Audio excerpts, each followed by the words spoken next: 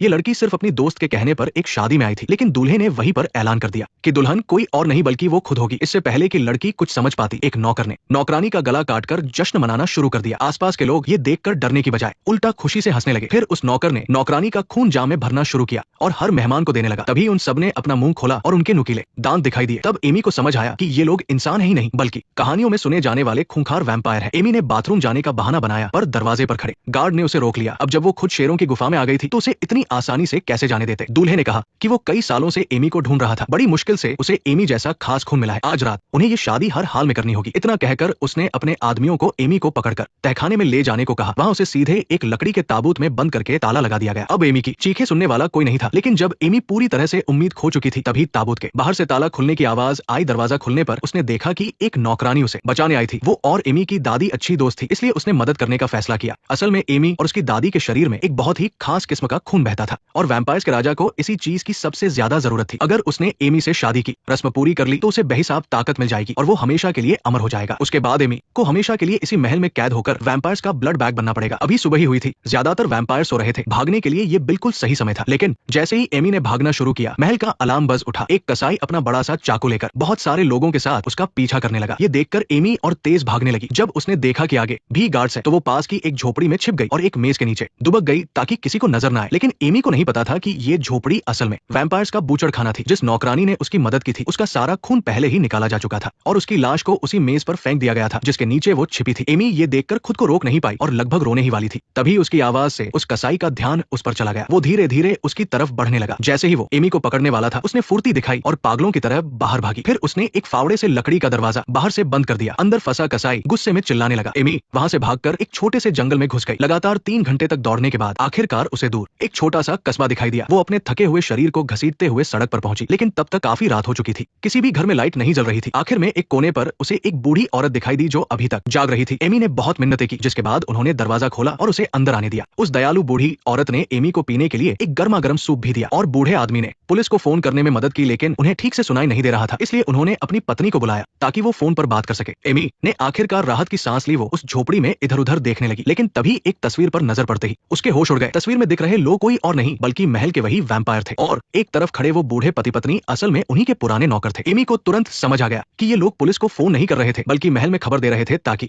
वो लोग आकर उसे पकड़ ले। यहाँ तक कि उसके हाथ में जो चाय का कप था शायद उसमें भी नशे की दवा मिलाई गई थी। वो दोनों बूढ़े उसे बार बार चाय पीने के लिए कह रहे थे। एमी ने एक नया भागने का प्लान बनाना शुरू कर दिया। उसने चाय पीने का नाटक किया, लेकिन अगले ही पल जब बेहोश एमी की आंखें खुली तो वो एक बार फिर वैम्पायर्स के राजा के सामने थी। इस बार उसका बचना नामुमकिन था। नेक्स्ट पार्ट देखने के लिए वीडियो को लाइक करो।